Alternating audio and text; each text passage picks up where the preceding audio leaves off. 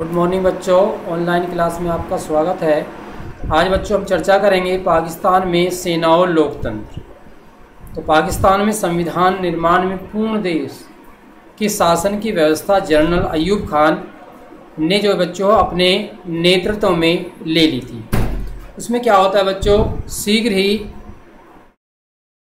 यहाँ पर जो है निर्वाचन को उन्होंने सिद्ध करने का प्रयास किया।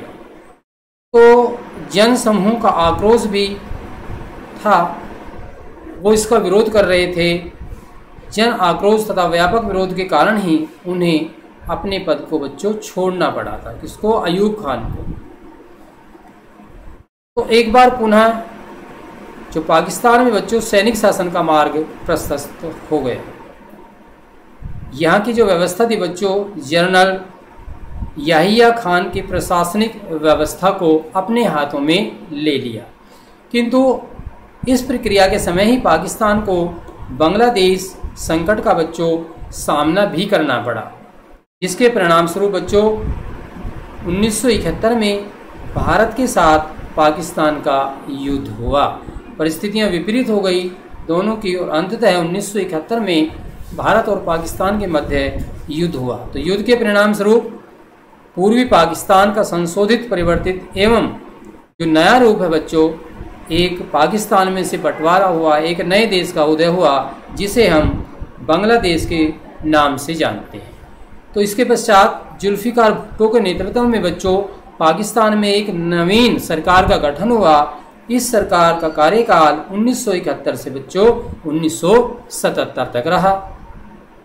1977 में जनरल जिया-उल हक ने जुल्फिकार भुट्टो की सरकार का बहुमत समाप्त कर उसे गिरा दिया और स्वयं सत्तासीन हो गए, अर्थात सरकार का तख्ता पलट कर दिया गया और सैन्य शासन वहां पर लागू कर दिया गया। लेकिन पुनः 1982 में बच्चों जनरल जिया-उल हक को लोकतंत्रात्मक आंदोलन का सामना करना पड़ा और जिसके परिणाम स्वरूप 1988 में एक बार फिर पुनः से बेनज़ीर भुट्टो के नेतृत्व में पाकिस्तान में लोकतंत्रात्मक सरकार का बच्चों गठन हुआ।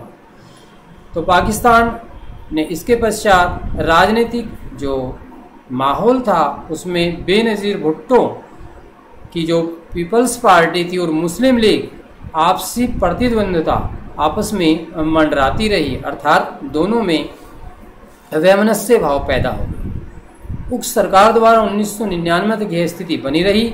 उसके बाद बच्चों 1999 में पुनः एक बार सरकार को हटाकर सेना ने हस्तक्षेप किया और जनरल परवेज मुशर्रफ ने नवाज शरीफ को सत्ता से वंचित कर दिया, अर्थात उनको हटा दिया और सैनिक सत्ता पाकिस्तान में पुनः कायम कर दी। तो 2001 में परवेज मुशर्रफ ने स्वयं को पाकिस्तान के राष्ट्रपति के रूप में प्रस्तुत किया और पाकिस्तान में सेना का शासन बच्चों आरंभ कर दिया। यद्यपि सैनिक शासकों ने अपने शासन को लोकतांत्रिक प्रदर्शित करने का भी प्रयास किया, लेकिन 2008 से अब पाकिस्तान में लोकतांत्रिक विधि से चयनित शासन चल रहा है। तो बच्चों कुछ घटनाएं क्रम इसमें डेट दी हैं, जिसको आप जो है पढ़ लेंगे।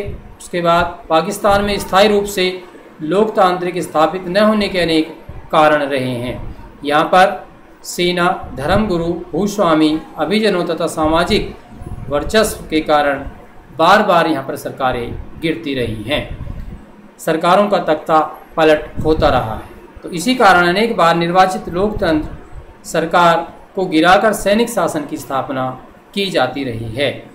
भारत तथा पाकिस्तान के संबंध हमेशा से ही तनावपूर्ण रहे हैं। तो यही कारण है बच्चों यहाँ पर सेना समर्थन जो है अपना पक्ष अधिक मजबूती से रख पाते हैं। ये समूह अपने पक्ष में पाकिस्तान के राजनीतिक दलों एवं लोकतंत्र में जो खोट है उसमें राजतंत्रीय दलों के व्यक्तिगत स्वार्थ साधना एवं लोकतंत्र के बीच रसाकसी को लेकर पाकिस्तान में सुरक्षा का खतरा भी बच्चों मंडराता रहा है।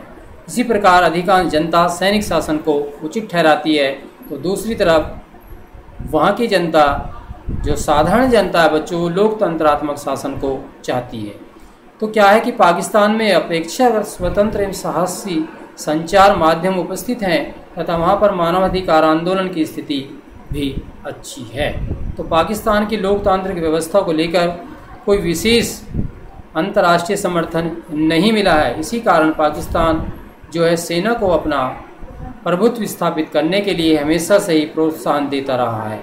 अमेरिका सहित अनेक पश्चिमी देशों ने अपने निजी स्वार्थ हेतु पाकिस्तान को सैनिक प्रशासन का समर्थन किया है और अमेरिका ही नहीं, चीन जो है पाकिस्तान का सबसे अधिक निकट संबंधी रहा है। तो पाकिस्तान को विश्व स्तर पर इस्लामिक देश या आतंकवादी देश भी कहा जाता रहा है। पाकिस्तान के परमाणु शस्त्र आतंकवादी समूह के हाथ न लग जाएं, इस प्रकार यह भय दक्षिण के देशों में बच्चों बना रहता है। इन्हीं तथ्यों को दृष्टिगत रखते हुए पाकिस्तान जो है दक्षिण एशिया के हितों को संरक्षक समझते रहे हैं। इसके बाद बच्चों चर्चा करेंगे हम बांग्लादेश में लोकतंत्र। 1947 से 1971 तक जो है पाकिस्तान का एक अंग रहा है पूर्व में बांग्लादेश। तो ब्रिटिश शासनकाल में बंगाल तथा असम के विभाजनों से पूर्व पाकिस्तान के क्षेत्र का निर्माण हुआ था। तो इस क्षेत्र के लोग बच्चों हमेशा ही पाकिस्तानी दबाव तथा उर्दू भाषा को स्वयं पर लादने का असहनीय बोझ ढोते रहे हैं। अर्थात इस क्षेत्र में रहने वाले जो लोग थे आज़ादी से पहले अर्थात बांग्लादेश के गठन से पहले जो पाकिस्तान की दबाव वाली नीति थी उससे परेशान थे। तो पाकिस्तान के नवनिर्माण के तुरंत बाद ही यहाँ के लोगों ने बंगाली संस्कृति तथा भाषा के साथ हो रहे दुर्व्यवहार के विरुद्ध अपना विरोध प्रकट करना आरंभ कर दिया था।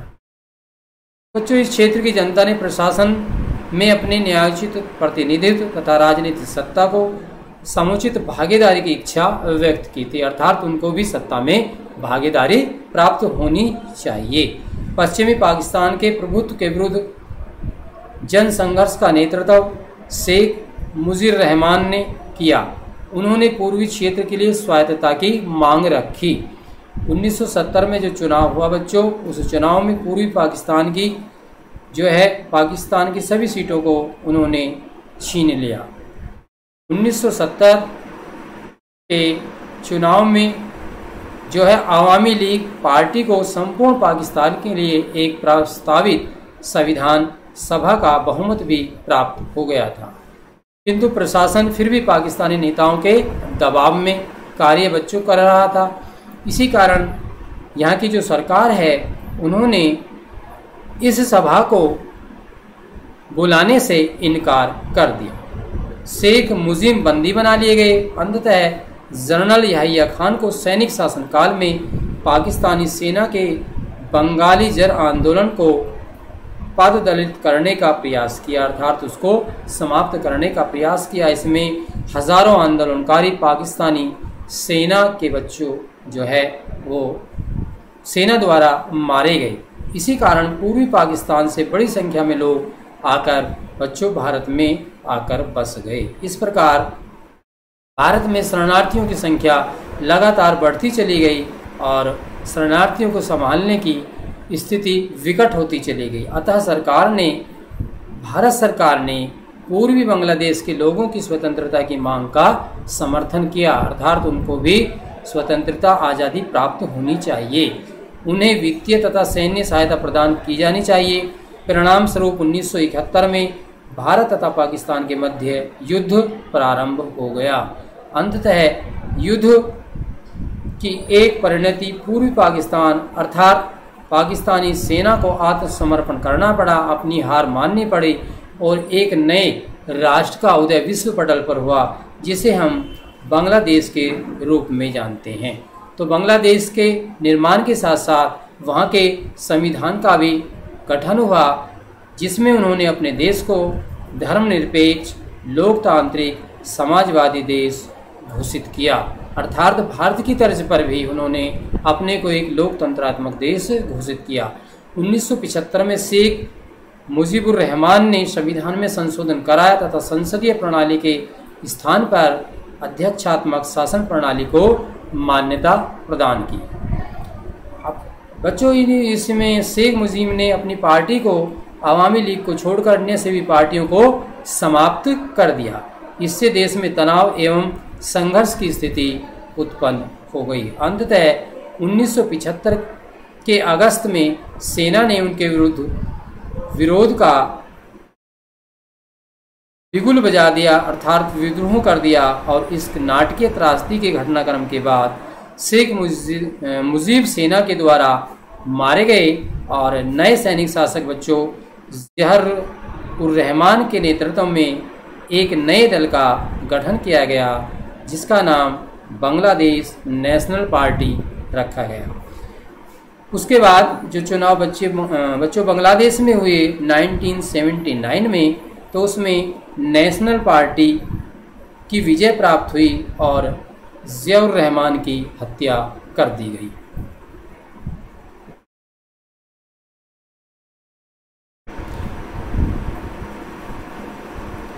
तो इस प्रकार जो है माओवादी तथा अन्य कुछ जो दल नेपाल के भविष्य पर उन्होंने प्रश्न चिन्ह लगा दिया। तो इस प्रकार से बांग्लादेश में एक नए लोकतांत्रिक देश का उदय हुआ। धन्यवाद।